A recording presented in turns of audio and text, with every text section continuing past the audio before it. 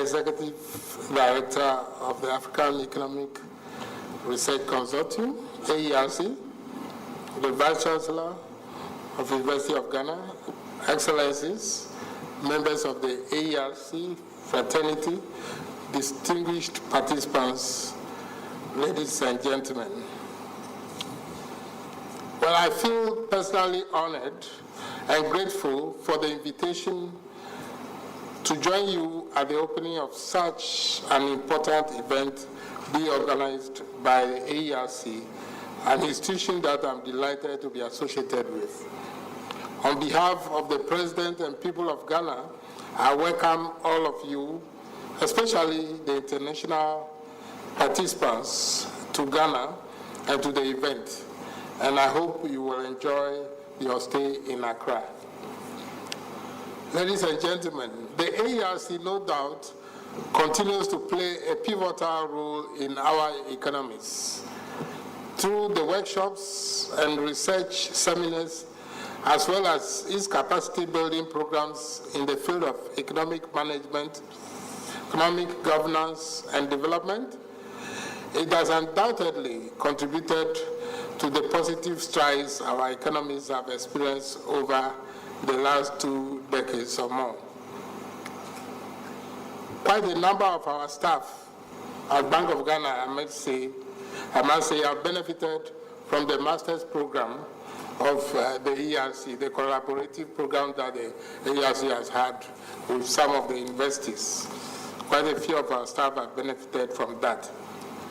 The theme of the workshop, Public Finance, Tax and Expenditure Reforms in Africa, could not be more appropriate, considering such an opportune time when many of our economies continue to experience volatility in prices of major export commodities, as well as domestic fiscal pressures that continue to impact on our general economy.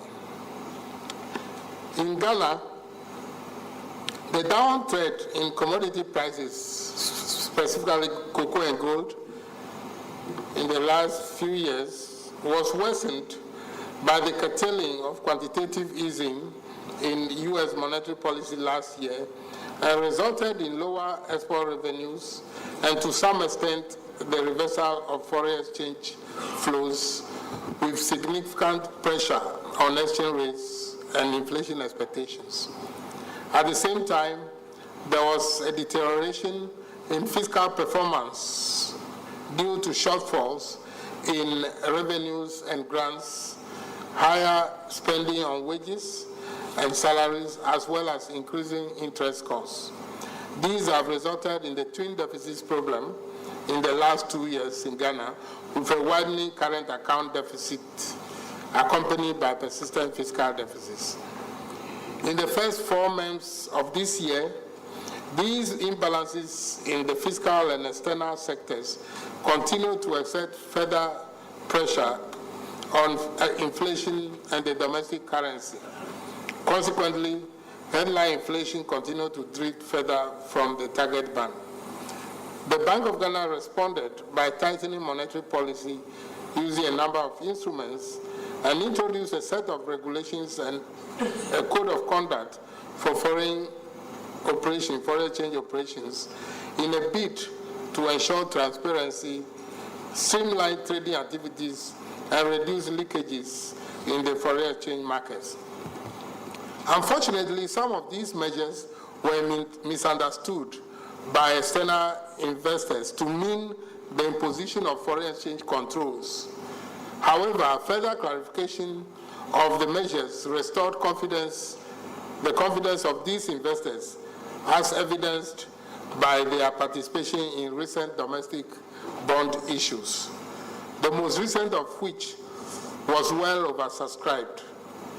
Notwithstanding this, the risks that the country faced meant that the domestic bond issues were still at high yields, although the yields have shown a declining trend.